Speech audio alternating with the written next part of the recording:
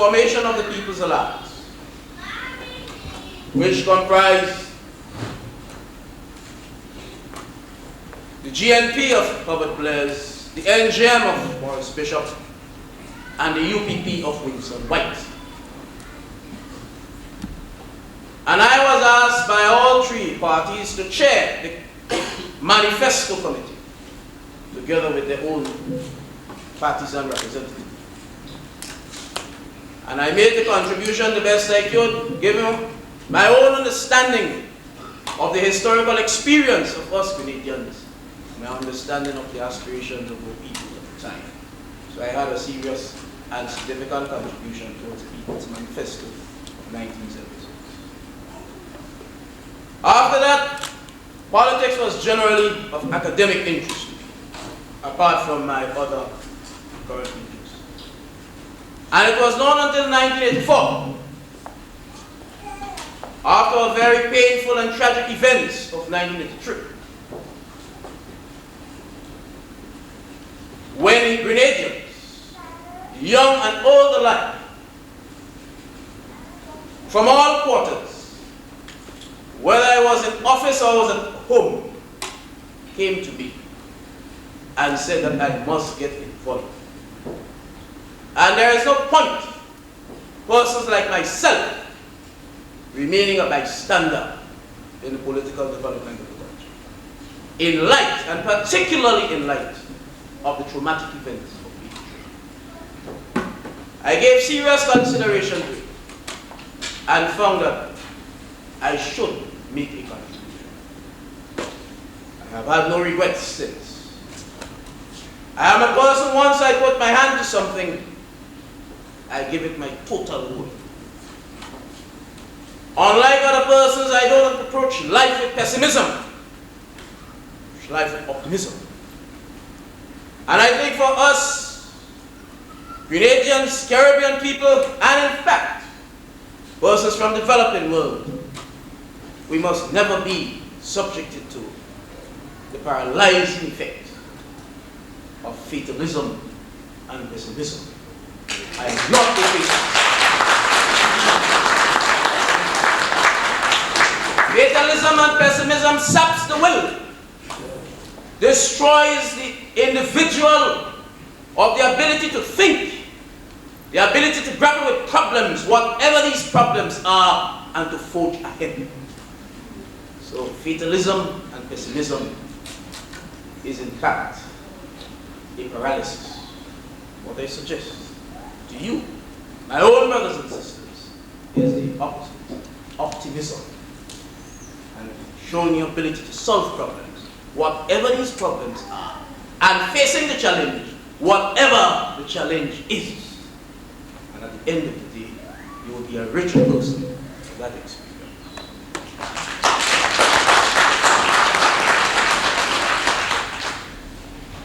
I mentioned a while ago that since November 1986, when I last addressed the audience, that time it was wishful man. The head table, if you may call it that, but the persons on the platform were quite different at the time.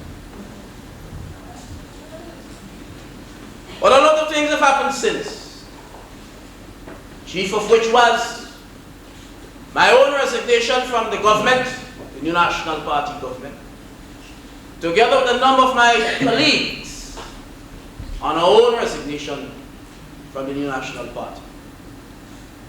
And after that, the rise of the National Democratic Forces under the banner of the National Democratic Congress. These have been the two major developments since November 1986. And therefore, since these developments have taken place in the interim, it is obligatory on my part to address the resignation from the New National Party government and party. This resignation came as a result of 4 major issues, among others, but 4 major issues. The first was the issue of high unemployment. We had made a certain commitment to the electorate of the country in 1984 as far as unemployment was concerned. In fact, we said things like, it is a duty of the government to give first priority to the unemployment issue and at the same time to ensure security of job. I myself remembered it well because I had campaigned throughout the country, not only in my own constituency, but in a number of constituencies where candidates were relatively weak and up against considerable pressure. I remember us saying that there will be no victimization. And I believe in that, and that persons who support a party, once there is work, the work would be for everyone, regardless of which party you support. He said these things, and we meant it, and I'm saying it now. The National Democratic Congress means it. That was the first issue, the unemployment issue, and the failure of the administration of which I was a part to take the advice which persons like myself was giving and to come up with an employment strategy. The second issue had to deal with the protracted negotiations between the government and 3 unions which were negotiating for public workers and teachers. It would be of interest to you to note that I myself has had some kind of involvement in the trade union movement, and I want to believe that I made some contribution in the trade union movement, particularly between the years 1976 and 1983.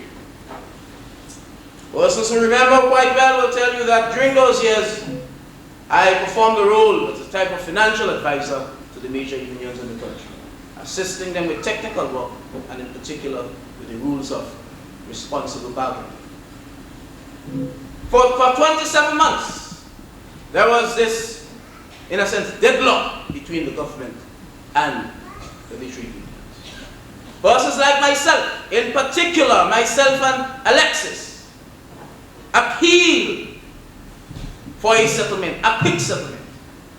I remember immediately after the 1986 budget suggesting that this issue should be settled then. Anyway, Minister of Finance had other ideas and held onto a hard line. The upshot of this was 27 months passed. There was a lot of bad feeling between the government and organized labor. And even at the time of our resignation, the issue was not settled. Interestingly, however, what was not settled in 27 months was settled in a month and a half after we resigned, with a 50% increase upon the figure that was being mentioned over the 27 months. That is some thing for thought and perhaps analysis. That was the second issue. The third issue is a major issue to me in particular and to my other colleagues who took the decision, both Alexis and the Honorable Tillman Thomas, and that is a retrenchment issue. I want to tell you that retrenchment was never a decision as such of the cabinet. You must understand that when anything has to be done, the relevant minister has to introduce that matter under what is called a cabinet paper. There was a study that was done for the government by an accounting firm in England, and it was called the Organization and Management Study. It dealt with the reorganization of the public service for greater efficiency. The issue of redundancy, of possible workers, and of possible public service positions was only one issue in this entire 3-volume study. You must recognize. When the 3-volume study was presented to us at the cabinet level, we indicated that the advisor to the Minister of Finance and to the Prime Minister should work with the Chief Technical Officers and Company Secretaries to make recommendations to us. I do know that the advisor did his work But what I do know, that up to the time of our resignation, that was not submitted to us. That report, those recommendations were not submitted to us for our deliberation.